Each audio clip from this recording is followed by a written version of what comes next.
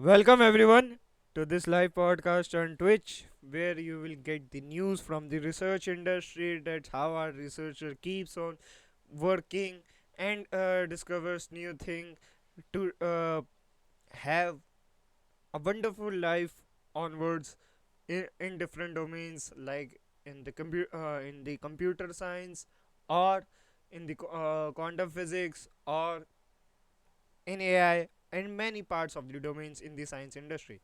So, if you wanted to get update from the research industry around the world, s- listen to this podcast. Uh, and yes, this article is posted on our website named postscientist.com and is for those listeners who are not able to read this article in their free time due to busy scheduling. So we started this podcast for those listeners who can easily get up to date around the world, that how our researcher keep on researching on different topics. So without wasting any time, let's get started with our first topic of the day. Ancient documents give unique glimpse into Malta magic history.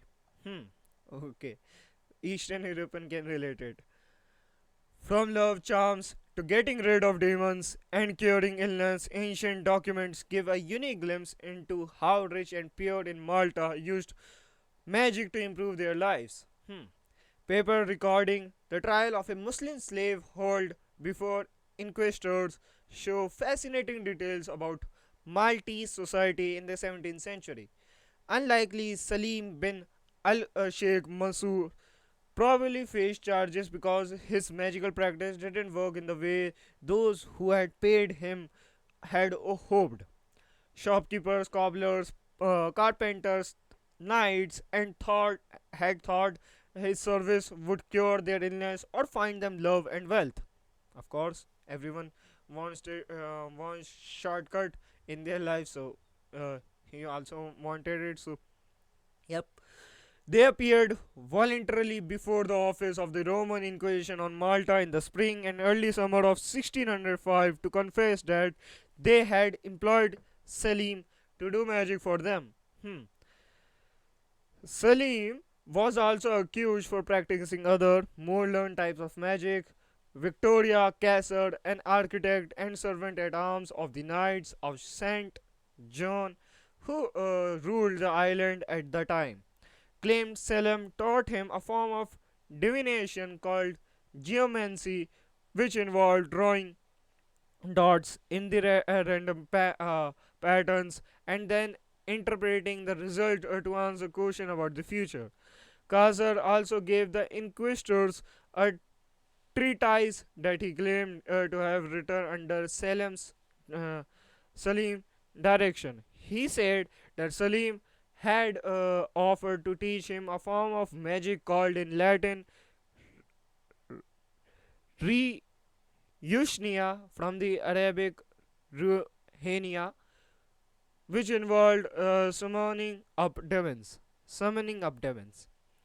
Later, witnesses such as French Knight of the Order of Saint John named Pitaro Le Rey called said Selim had called up demons for him and had recited incantations from a magic book. Hmm. The proceeding against Selim, sorry, the proceeding against Salim were recorded in a trial document now preserved in the Metropolitan Chapter archives in Medina, Malta. The research is now published in a book, Magic in Malta 1605, Salim bin al Sheikh Mansour and the Roman Inquisition, edited by Alex Mallet and Dionysius Agius and Catherine Ryder from the University of Exeter. So you can check it out, and we have provided you the link, uh, provided you the PDF link too. So yeah, Salim did eventually admit to practicing healing and love magic for some clients, although he had said that he did not rely no magic and his spells were jokes or fakes, which he made up to earn money from gullible Christians. He admitted teaching Caesar's geomancy and told the Inquisition that he had learned astrology and geomancy from his father in Cairo. However, he repeatedly denied knowing anything about how to call up demons and said he had never owned a magical book. Even when the Inquisition put him face to face with uh, accusers and used torture, he refused to admit that he had used these more serious and demonic form of magic. If I knew that, he said, then I would not be a slave in Malta. Hmm. Salim was found guilty and sentenced to be paraded around the cities of Burgu and Valenta and then tied to a pillory in Valenta main square for an hour. After this, he was sent back to prison for an unknown period and disappeared from the historical record. Hmm. The Inquisition in Malta was established by the papacy in 1542 through the papal bull Licet ab Initio, primarily as a response to the perceived threat from Lutheranism, but also as a means of protecting the Catholic faithful from a wider variety of errors. Professor Eguer said at the time Muslims made up approximately 10% of the population. The freedom they were given fluctuated. It was restricted at times when they were thought to be over familiar with Maltese housewives and or become involved in robberies. Slaves who were involved in trade were believed to have negative effect on the morals and belief of Maltese women. Not only were some slaves thought to be intimate with Maltese women, but the love magic potions which they sold were particularly dangerous from the point of view of the Inquisition. Only a very small number of slaves could have made significant money from their activities, and what they did make was usually spent on food, wine, tobacco, medicine, and women, of course. Professor Ryder said Salim case sheds light on altitude towards on magic in the early 17th century and give a glimpse into Islamic and North African practices and attitudes to magic as well as form of love magic, divination and healing and more commonly found in the Christian Europe. It also tells us about everyday relation between Christian and Muslim at the time. So yeah, it's give the glimpse about the ancient history that how magic book are being circulated and these things give the following possibilities around them. And of course everyone wants shortcut in their life, so many of the shopkeeper carpenters and many rich people who are around the city wants to get rich or wealthy by these practices. So I guess it's not being seen in at that time.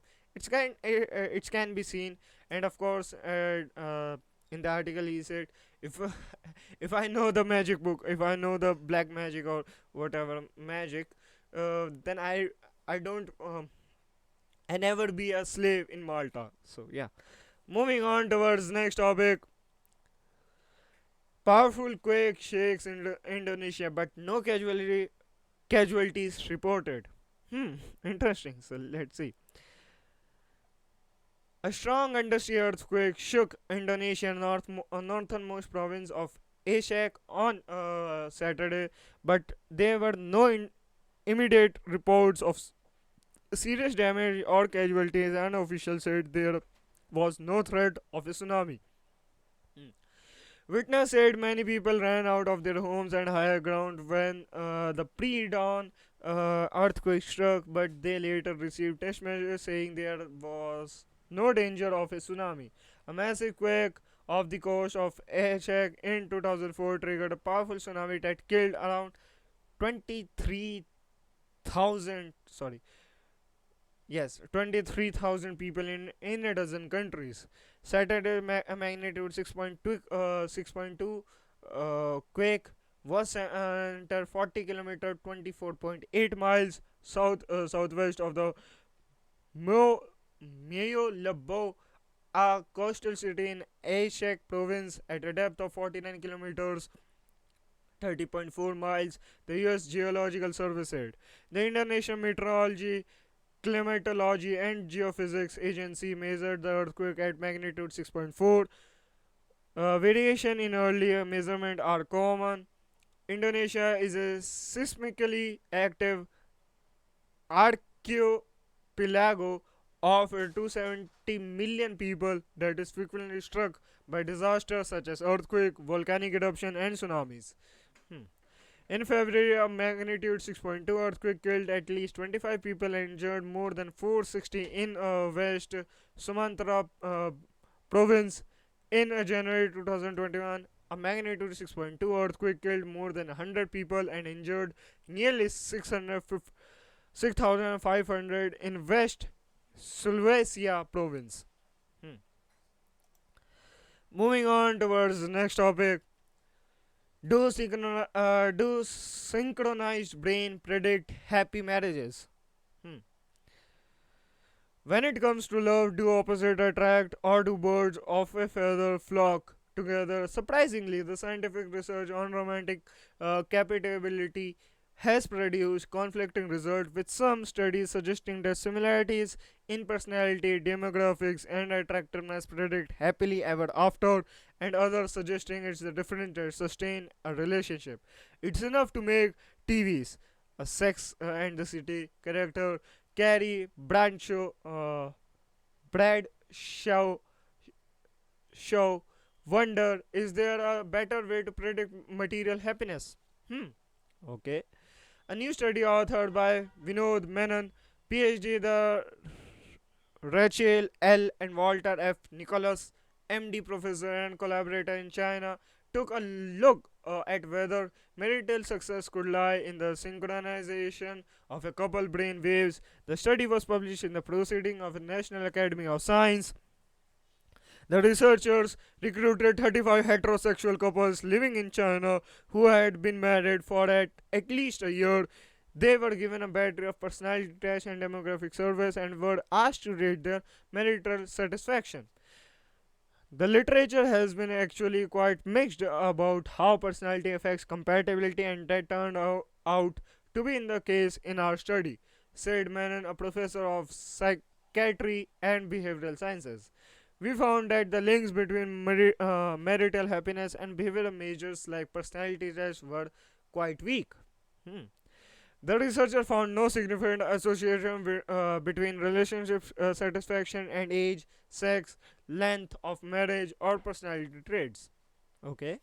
Seeking a more accurate way to predict marital happiness, the researcher scanned the brains of participants using functional MRI and measured brain activity as the participant watched a variety of movie clips.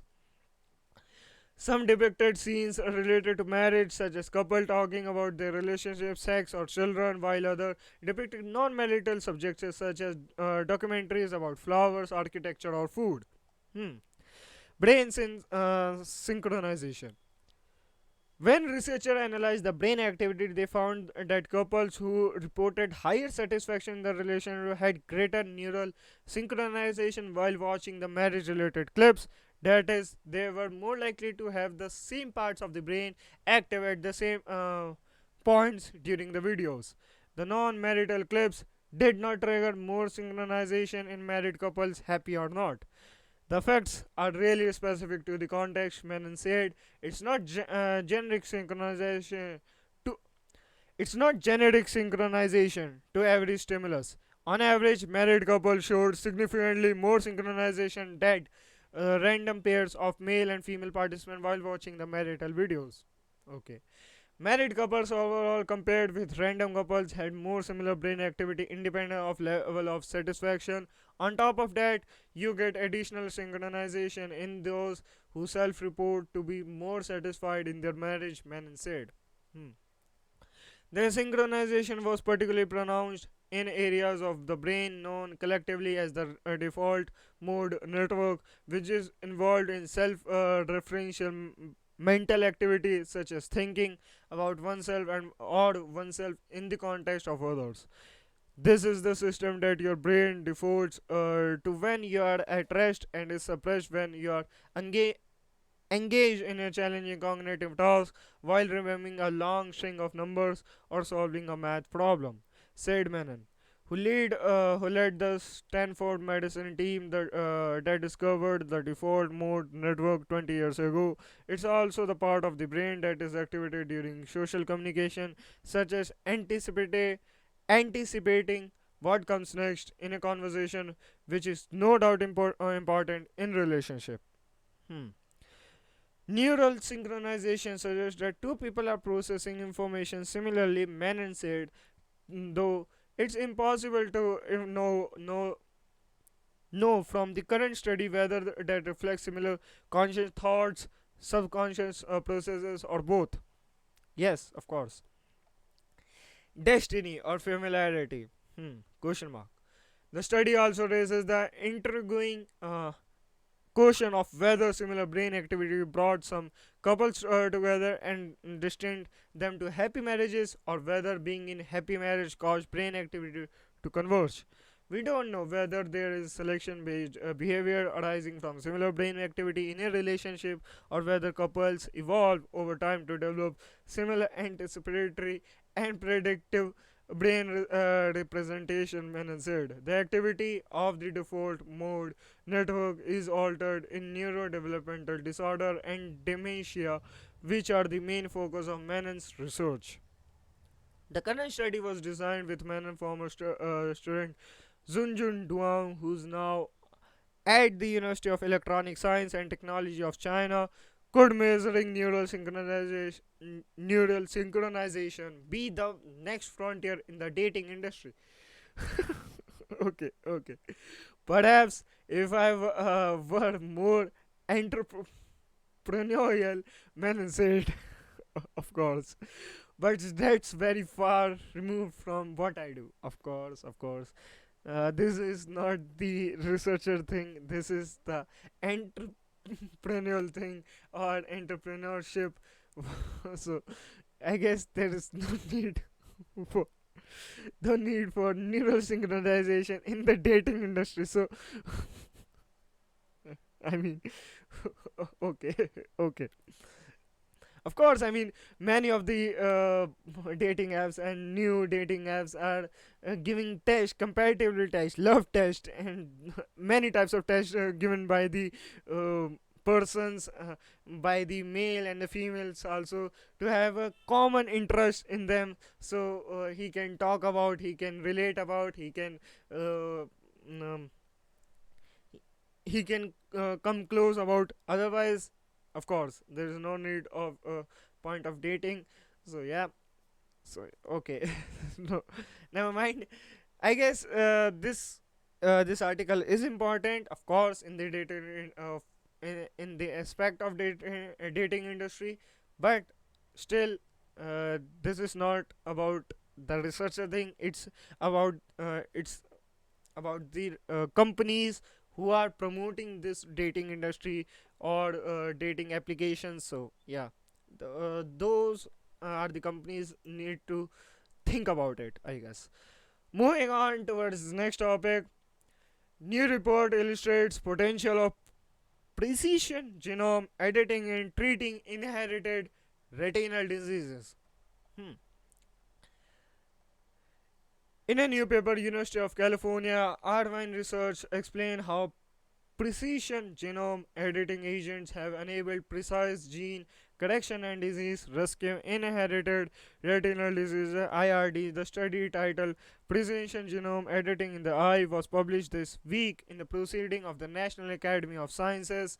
The paper described current preclinical success and clinical genome editing approaches for treating inherited retinal degenerative disease and stresses. There is hope that in vivo gene editing will be the future of treatment paradigm of IRDs. Currently, there are no effective treatment for these devastating disease, which commonly results in blindness.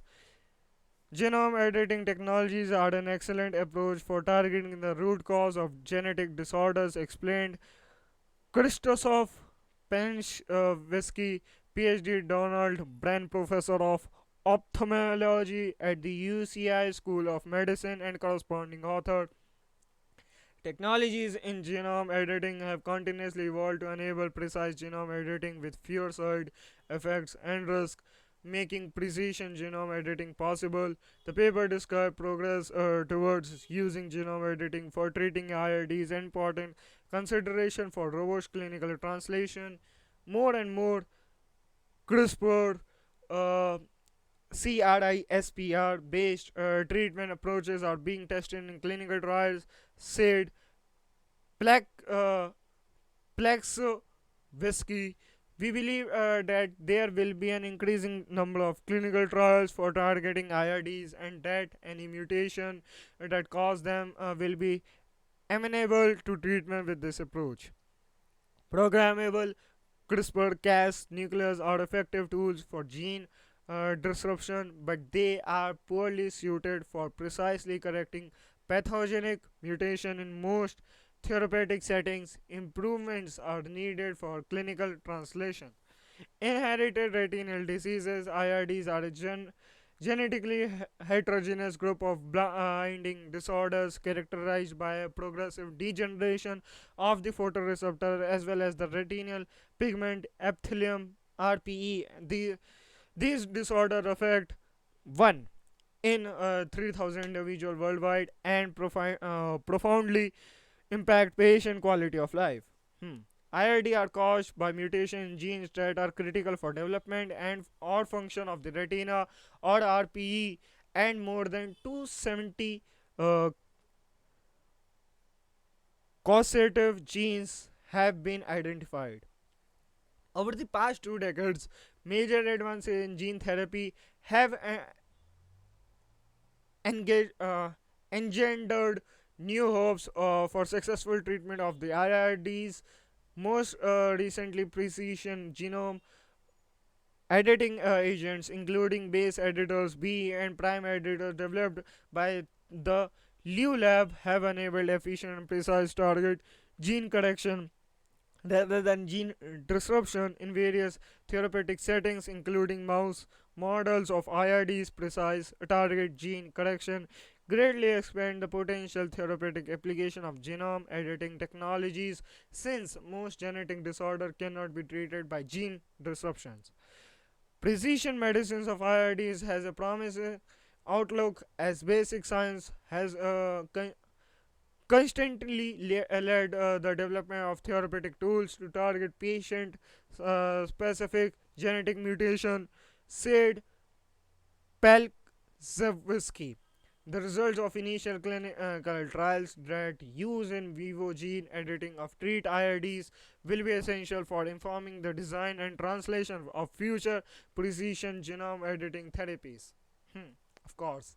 So these are the things, these are the findings against the genome, inherited genomes, and discovered and converted into another genome. So yeah, of course, it's like we are moving. The researcher trying to get, I guess, play with the human body and get into the superhuman space where where humans can have more potential than any other humans out there. Yep, I mean, of course. So let's, okay, moving on towards next topic. Charging cars at homes at night is not the way to go. Study finds. Oh, so uh, those who are the owners of the electrical cars, re- especially this article is for you guys. The vast majority of electric vehicle owners charge their cars at home in the evening or overnight. We are doing it wrong, according to a new Stanford study. Hmm. In March, the research team published a paper on a model they created for charging demand that can be applied to an array of populations and other factors. In the new study published September 22 in Nature energy. They applied their model to the whole of the Western United States and examined the stress the region electric grid will come under by 2035 from growing EV ownership. In a little over a decade, they found rapid EV growth alone could increase peak electricity demand by up to 25%, assuming a continued dominance of residential and nighttime charging, of course.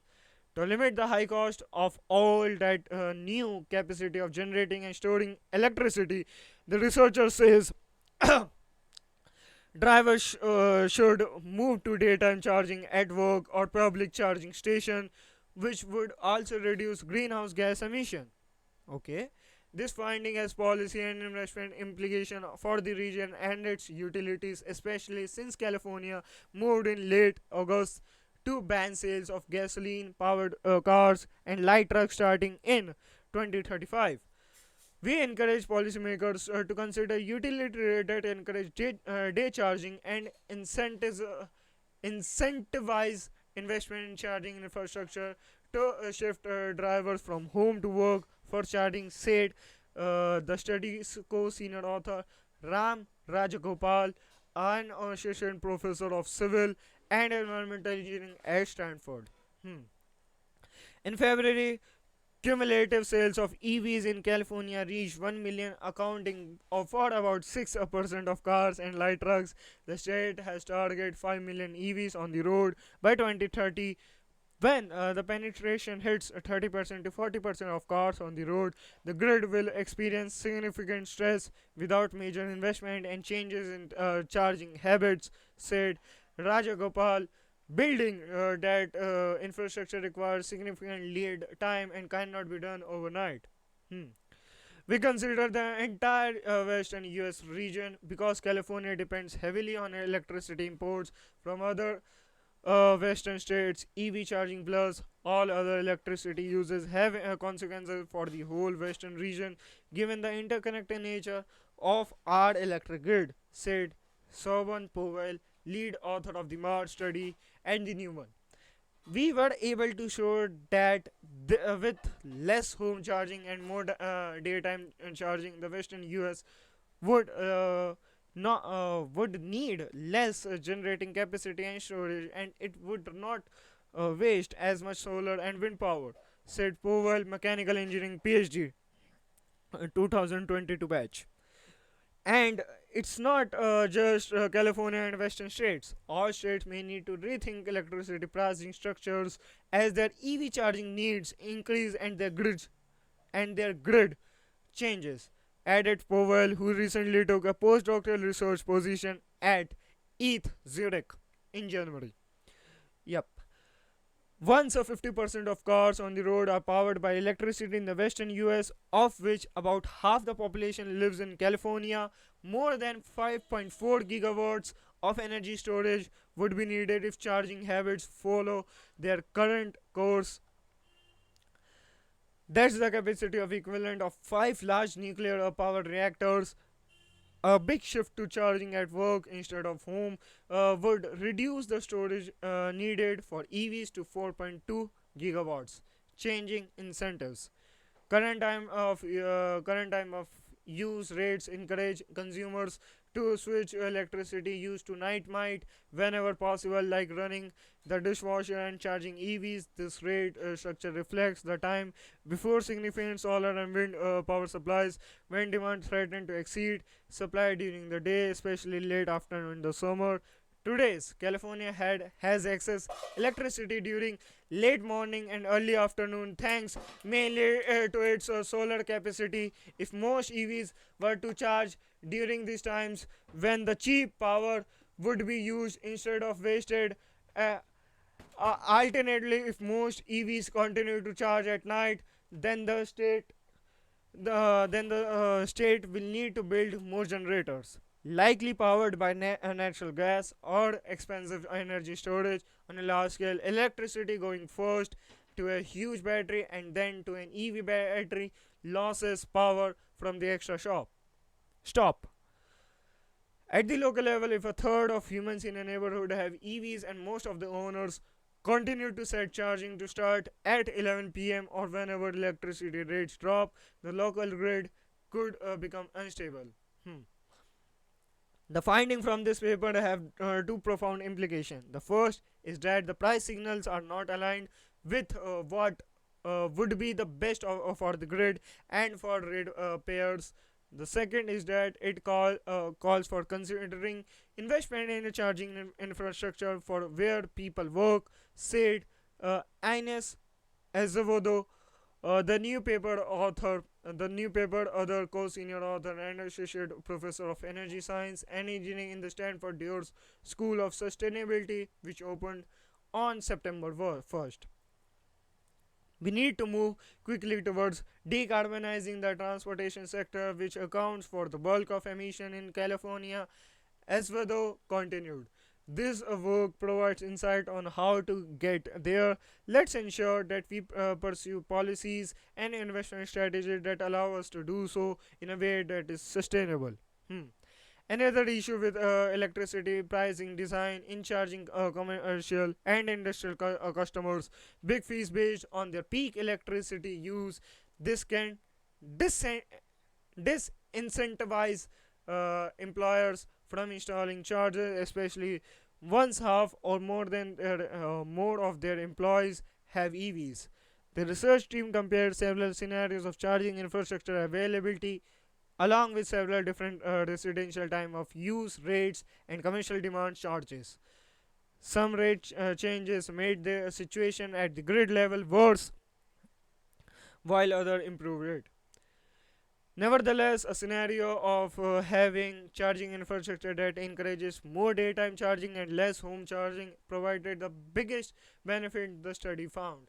So, the end of the study finds that uh, promote daytime charging and reduce home charging in the evening or in the night time. So yep, it will be provide and it will be get more and more people jobs and many more things in the California state itself. So yep, moving on towards the next topic. US charges Boeing with misleading investors of 737 max safety fine 20 uh, 200 $200 million dollars. Okay.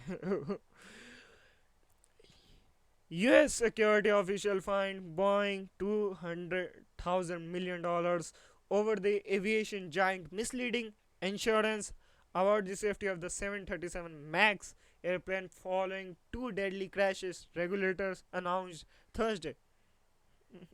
Okay.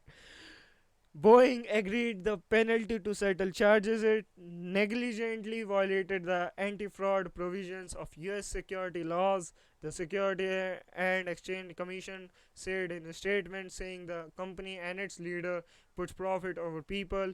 Boeing former chief executive Dennis Millenberg also agreed to pay $1 million to settle the same charges in a civil case. The settlement in the latest set to Byung Boeing over the MAX following the Lion Air crash in Indonesia in October 2018 and Ethiopian Airlines crash in Ethiopia in March 2019, which together claimed nearly 350 lives.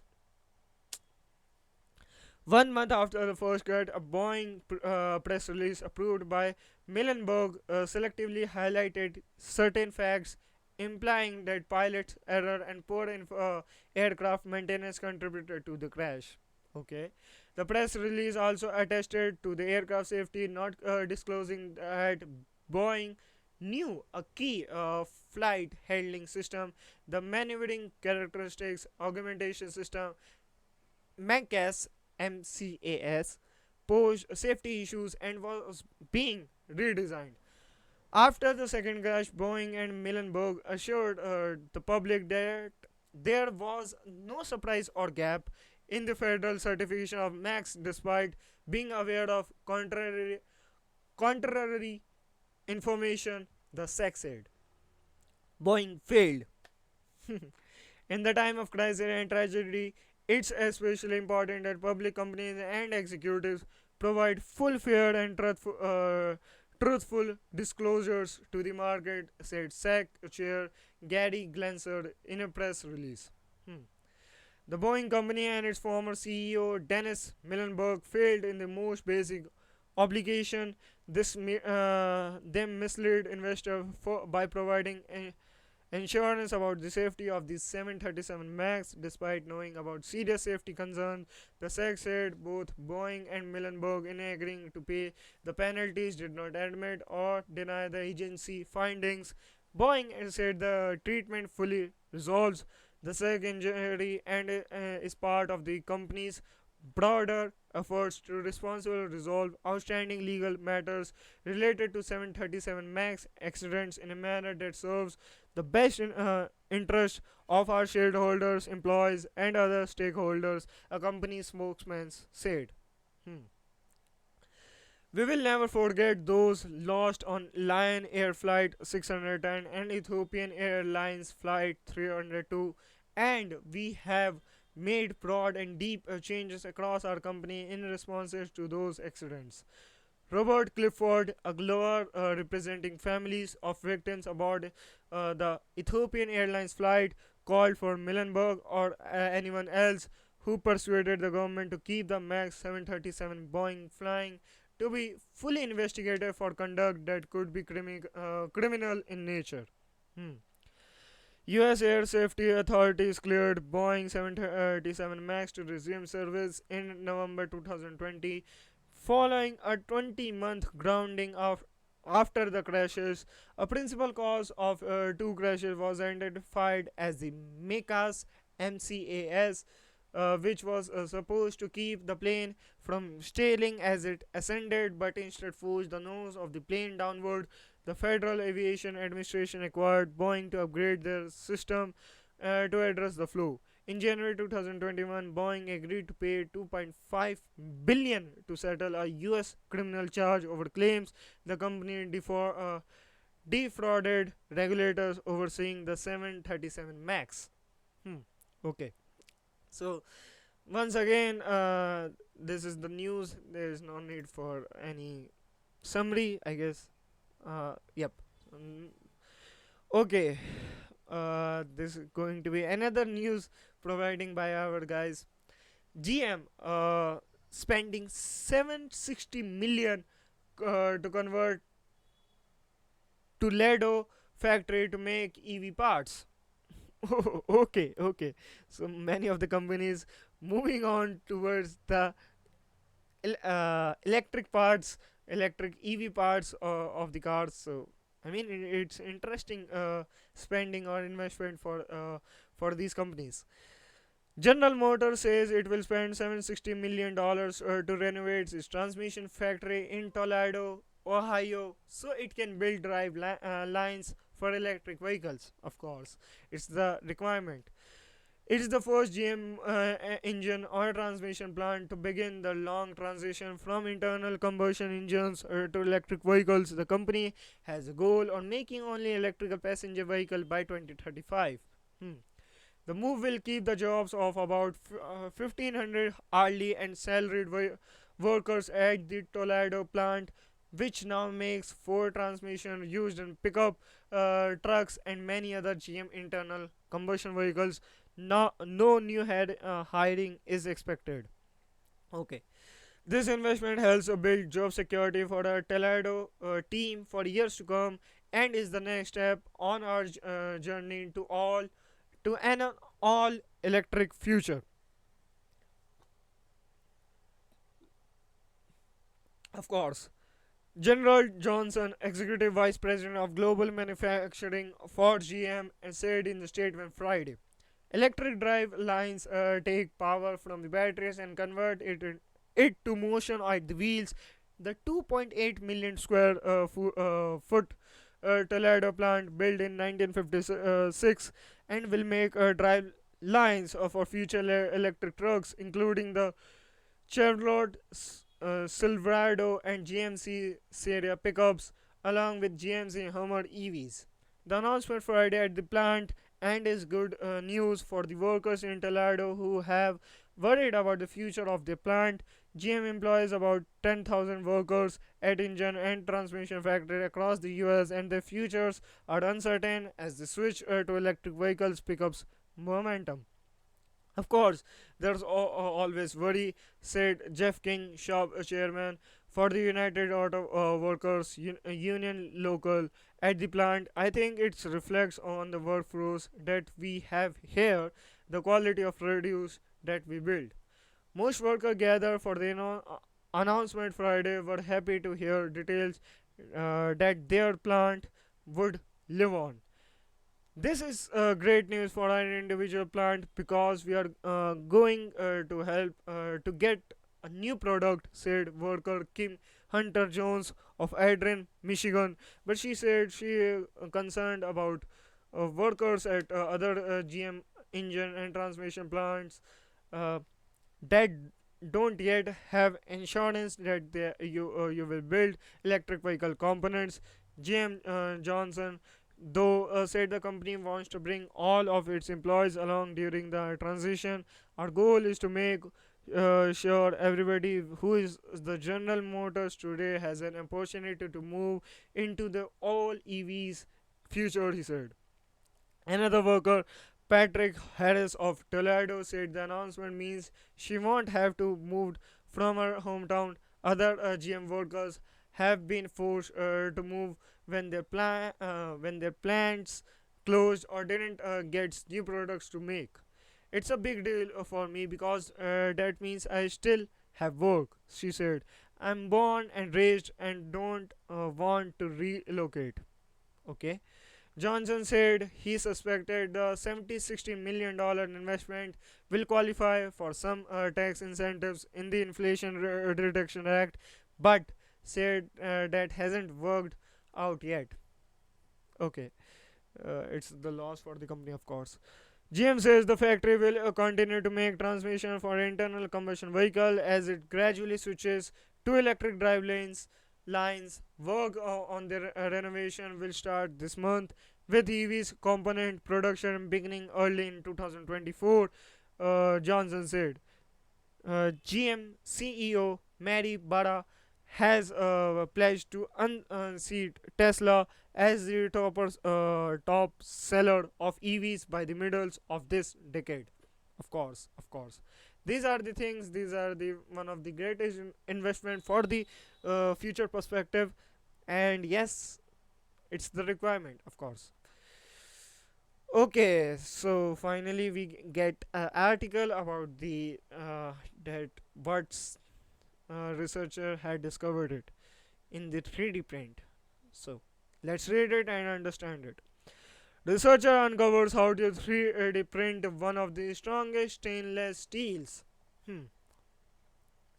For airliners, cargo ships, nuclear power plants, and other critical technology, strength and durability are essential.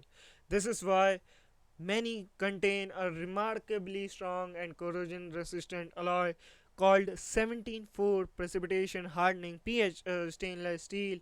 Now, for the first time ever, 17-4 pH steel can be consistently 3D printed while retaining its favorable characteristics. Hmm. A team of researchers from the National Institute of Standards and Technology (NIST), the University of Wisconsin, Madison, and Arizona National Laboratory have identified particular 17-4 steel composition that, when print, match the properties of the conventional manufactured versions. The research study described in the journal Additive Manufacturing is based on high speed data about the printing process they obtained using high energy X rays from a particular accelerator. The new findings could help producer of 17-4 pH parts use 3D printing to cut costs and increase their manufacturing flexibility. The approach used to examine the material in this study may also set the table for better understanding of how to print other types of materials and predict their properties and performance. Despite its advantage over conventional manufacturing, 3D printing of some materials can produce results that are too inconsistent for certain applications. printing metals in particular complex in part because of how quickly temperature shift during the process. When you think about additive manufacturing of metal, we are essentially welding millions of tiny powered particles into one piece with a high powered source such as a laser, melting them into a liquid and cooling them into a solid, said NIST physicist Fan Zhang, a study co-author. But the cooling rate is high, sometimes higher than 1 million degrees Celsius per second, and this extreme non-equilibrium condition creates a set of extraordinary measurement challenges. Because the material heats and cools so hastily, the arrangement or crystal structure of the atoms within the material shifts rapidly and is difficult to pin down, Zhang said. Without understanding what is happening to the crystal structure of steel as it is printed, researchers have struggled for years to 3D print 174 pH, in which the crystal structure must be just right, a type called Martin, Martensite, for the material to exhibit its highly sought other properties.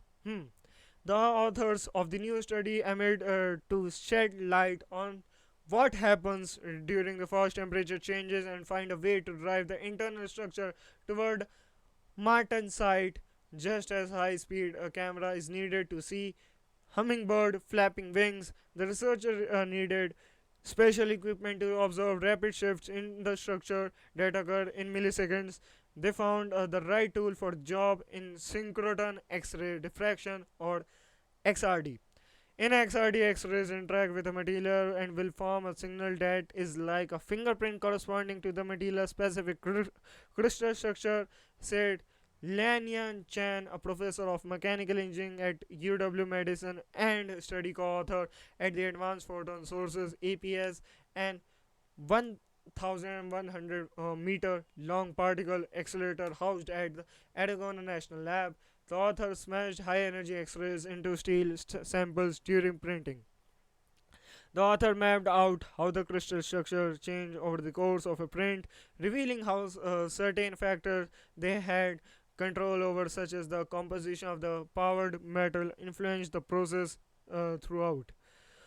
While iron is the primary component of 17,4 pH steel, the composition of the alloy can contain differing amounts of up to a dozen different chemical elements. The authors, now equipped with a clear picture of the structural dynamics during printing as a guide, were able to fine tune the makeup of the steel to find a set of composition including just iron, nickel, copper, niobium, and chromium that did the trick.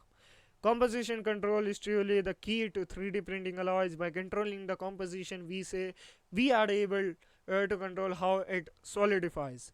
We also show that over a wide range of cooling rates is between 1000 and 10 million degrees Celsius per second, our composition constantly result in fully martensitic 17,4 pH steel, Zhang said. As a bonus, some composition result in the formation of strength, including nanoparticles that, with the traditional method, required the steel to be cooled and then reheated. In other words, 3D printing could allow manufacturer to skip a step that requires special equipment, additional time, and production cost. Hmm.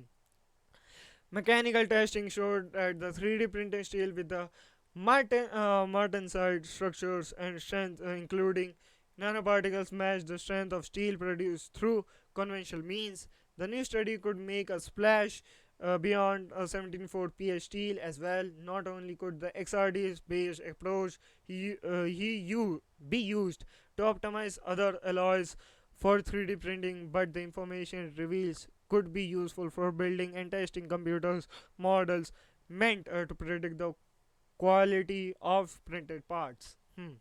R174 is reliable and reproducible, which lowers the barrier for commercial use. If they follow this composition, manufacturer should be able to print out 74 structure that are just as good as conventional manufactured parts, Chen said. So, of course, these are the things, these are the findings, these are the researchers find that the how the 3D printed can strongly sustain on stainless steel's components and have of course used in many parts and many applications of different industries while in airplanes or cargo ship and many more nuclear power plants. So yeah, it's an interesting finding, of course. Moving on towards next news of the day, IBM acquires Dallas tech firm for digital product expertise. Hmm. IBM will acquire Dallas software company Dialexa, Dialexa to spread the tech giant digital product engineering service presence in the Americas. While IBM Consulting has made 13 acquisitions since April 2020, this is the first deal in the digital product engineering service market, which is estimated to reach $700 billion by 2026. Financial details weren't disclosed for the transaction that expected to close in the last 3 months of the year. In this digital era, clients are looking for the right mix of high quality products to build new revenue streams and improve top line growth, said John Granger, Senior President of IBM Consulting. Hmm. Die Alexa, founded in 2010, has a team of 300, including product managers, designers, full stack engineers, and data scientists based in Dallas and Chicago. It creates digital products for clients that include dairies and companies Pizza Hut and Toyota. Paul Pappas, managing director at the consulting arm of IBM, which started in 2014, said the team identified product engineering as a high growth space. Hmm. When we got to meet Die Alexa team, it was I think love at first sight. Papa said, and there's so much synergy between what we do and what they do, and the clients they serve and the clients we serve. Dialexa helped with the design of the robotic lawn mower created by local startup Robin Autopilot, which was later bought by Arving based Fair Group. It also built the platform for Dallas based parking technology provided Park Hub. Dialexa is run by founder Scott Harper, CEO, and Mark Heather, chairman. Harper has a background in engineering and finance and previously worked as chief operating officer for 2GO Software Solutions Incorporation. Heather started his first tech company at the age 17 and previously led a development project for the US Army Tank Automotive Research Development Engineering Center. Hmm.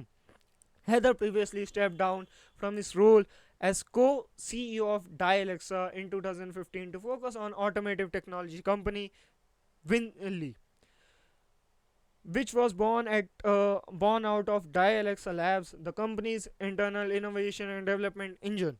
Hmm. August August saw a slight boost in M&A activity, uh, automotive manufacturing and automotive activity. The first half of the year saw a 26% dip in activity compared to the same period last year due to surging inflation, falling equity valuation, and rising interest rates, according to S&P Global Market Intelligence. The total value of US M&A through August 19 was about $81 billion. So yep, these are the thing. These are the tech companies IBM requires tech firms. So of course. So uh, uh, okay, moving on towards next news. Okay, small communities could be buying, selling, and saving money on electric power right now. Here's how. Of course. Okay, let's see. Globally, the electricity sector is shifting from large centralized grid powered by fossil fuels to smaller and smarter renewable local storage. One area of the strong interest is energy arbitrage, which allows user to buy and store electricity when it is cheaper and sell or use it when the cost is high. But Aotearoa, New Zealand is slow to take this up, even though it is crucial part of the transition to a zero carbon future. Why is this? Of course, small grid technologies and infrastructure are still in the experimental phase, being tested for effectiveness and desirability of different setups, ownership models, and commercial arrangements, and intelligent energy management system that can provide a precedent forecast of market dynamics are not used widely. To better understand this dynamic, we are modeled a theoretical microgrid in a residential subdivision, Turtra Bank, in the northern island of Aotearoa. We use the model to forecast the expected commercial returns from investing in microgrids and to unlock potential revenue streams from energy arbitrage. Smart scheduling of batteries. Energy arbitrage requires battery storage and intelligent control to make the most of a local renewable energy system generation. This can be achieved by forecasting short term future electricity consumption and linking this to the spot power price on the market. Sophisticated real time controller then decided if the local system should store or sell to the market or store and sell later. Battery storage systems can vary in size, from community scale batteries supplying a neighborhood to batteries within a fleet of electric vehicles (EVs). The fundamental controlling processes required to achieve an optimal outcome are broadly the same. Expected that community batteries are stationary while EVs batteries move around. Community batteries can store electricity purchased from the grid during off-peak periods and then discharge it during peak periods. Neighborhood with solar panel can charge community batteries in the middle of the day when solar generated electricity is abducted and discharged during the higher priced evening peak. EV batteries can be used similarly using cheaper nitrates or period of surplus wind during the night to charge. The energy stored in the EV batteries can then be discharged into local loads or sold back into the grid when the price is highest, creating an additional revenue stream. Modeling return on investment. In our modeling, we assume the primary reasons people will invest in clean energy technologies are sustainability, energy independence, and resilience. We believe energy arbitrage could be an enabler of capital intensive microgrids as opposed to an investment made on purely commercial basis. Specifically, we consider a grid connected microgrid integrating solar, photovoltaic PVs, and wind turbines. The system is also backed by a community battery and has a fleet of 10 personal EVs to serve. We consider two scenarios, one with a grid arbitrage revenues and one without. Our results suggest revenues procured explicitly from energy arbitrage could reduce the total cost of the system by at least 12%. To put this into perspectives, for a typical New Zealand $10 million town-wide microgrid investment, this means $1.2 million in savings. Another interesting finding was the length of time and the batteries were able to sustain critical loads during unplanned grid outages was greater by about 16 hours per year. Compared to the case without intelligent control, this is the remarkable resilience advantage. So, what does this kind of analysis mean for you? Okay, if you are a part of a community interested in owning and operating in a microgrid, you now have enough evidence to ask your developer to consider an energy arbitrage so the community can participate in the electricity market to make a profit. Okay, interesting. I mean, it's an interesting idea. If you own an EV and are trying to get a cheaper night rates, this heads up and future offerings from electricity retailers to get your storage on wheels to work with the vehicle to grid technology. Of course, on the whole, energy arbitrage is an excellent tool to provide support for renewable energy investment decisions and help firms up revenue forecasts. So, I mean, uh, this is a great possibility and great great opportunity for the retailers out there, and who are the peoples who need to have a community. Of course, it's the requirement, it's the necessity, and mm, and yeah, our US government uh, forcing to convert your your cars into EVs. So it's it's an amazing thing. So it's not I guess it's an biggest opportunity for the small communities to contribute into this also. It will also increase the, of course, a country's GDP. So it's the correct thing. Okay, moving on towards last I guess topic, because we're going to talking about the astronomy that NASA have found something. So yep, NASA gears up to deflect asteroid in key test of planetary defenses. Bet the dinosaur wished they thought of this. NASA on Monday will attempt a feat humanity has never before accomplished, deliberately smacking a spacecraft into an asteroid to slightly deflect its orbit in a key test of our ability to stop cosmic ob- objections from life on Earth. Devastating life on Earth. Okay, I mean, oh, the double asteroid redirection task DART spaceship launched from California last November, and is fast approaching its target, which it will strike at roughly 14,000 miles per hour, 23,000 kilometer per hour. To be sure, neither the asteroid Moonland di- uh, Dimorphos nor the big brother its orbit called Di- Dimos pose any threat, as their pair loop the sun, passing some 7 million miles from Earth at nearest approach. But the experiment is one NASA has deemed important to carry out before an actual need is discovered. Okay, there is an exciting time not only for the agency but in the space history and the history of humankind. Quite frankly, Lindley Johnson, a planetary defense officer for NASA, told reporters in a briefing Thursday. Of course, it is. If all, if all goes to plan, impact between the car-sized spacecraft and the three 530 foot 160 meters or two statues of liberty asteroid should take place on September 26 at 7:14 Eastern Time, 23:14 GMT, and can be followed on a NASA live stream.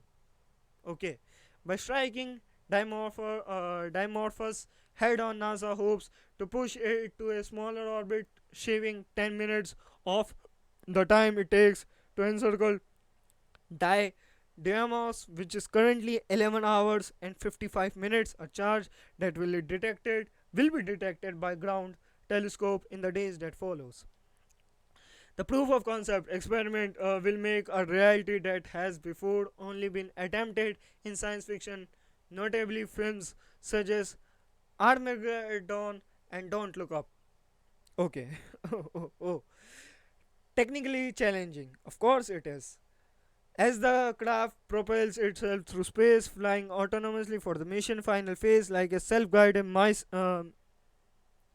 missile, its main camera system called Draco will start to beam down the very first picture of Dimorphos. It's going to start off a little point of lights, then eventually it's going to zoom and fill the whole entire field of view, said Nancy Chabot of Johns Hopkins Applied Physics Laboratory (APL), which hosts mission control, in a recent briefing.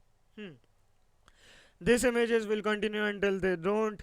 Added the planetary scientist minutes later. A toaster sized satellite called Lycia Cube, which separated from DART a couple of weeks earlier, will make a close pass of the site to capture images of the collision and the Egeta, the pulverized rock thrown off by impact. Licia Cube picture will be sent back in the weeks and months that follows. Also watching the event, an array of telescopes both on Earth and in space, including the recently Operation James Webb, which might be able to see a brightening cloud of dust. Hmm.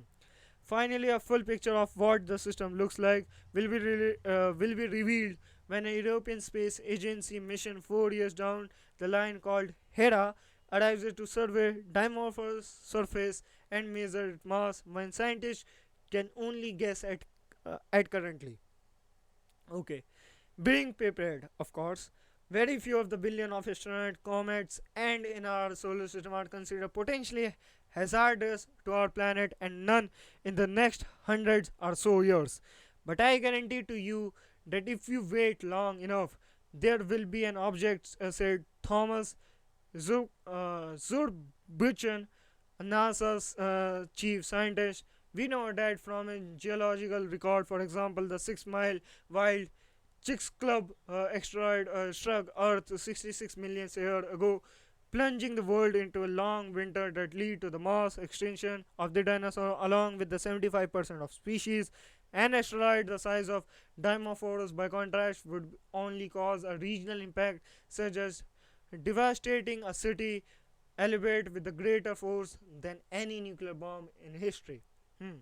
Scientists are also hoping to glean a valuable new information that can inform them about the nature of asteroids more generally. Hmm. How much momentum dart impacts on Dimorphos will depend on whether the asteroid is solid rock or more like a rubbish pile of boulders bound by mutual gravity, a property that's not yet known. We also don't know. We also don't know its actual shape. Of course, it's more like a dog bone or a donut, but NASA engineers are confident DART's smart navigation guidance system will hit its target. Okay. If it misses, NASA will have another shot in 2 years' time uh, with the spaceship containing just enough fuel for another pass. But if it succeeds, then it's the first step towards a world capable of defending itself from a future accident, accident, existential threat, said Chabot. Of course, I mean, it's if it does so, it's it's a first step towards a world capable of defending its exit existential threat from the space. And of course, what we all uh, know and what we all gather that dinosaurs are being extinct by the asteroids only. And if this mission of this yes if this mission is successful to uh, to hit the target, to hit the asteroid and uh, put back into the another orbit of the space, so it's an achievement for our as humankind. Yes, for saving ourselves, of course. So that's the last, I mean, it's the last topic of the podcast. And yes, of course, I already previously discussed in the uh, in many previous podcasts that we have started a newsletter for you guys that will be provide news from the which is not given or provided in this surface web, and will be provided by you by us if you are not if you are willing into those kind of information. uh, Subscribe to this newsletter, otherwise leave it. And yes, okay, till then, keep researching, stay curious, stay healthy.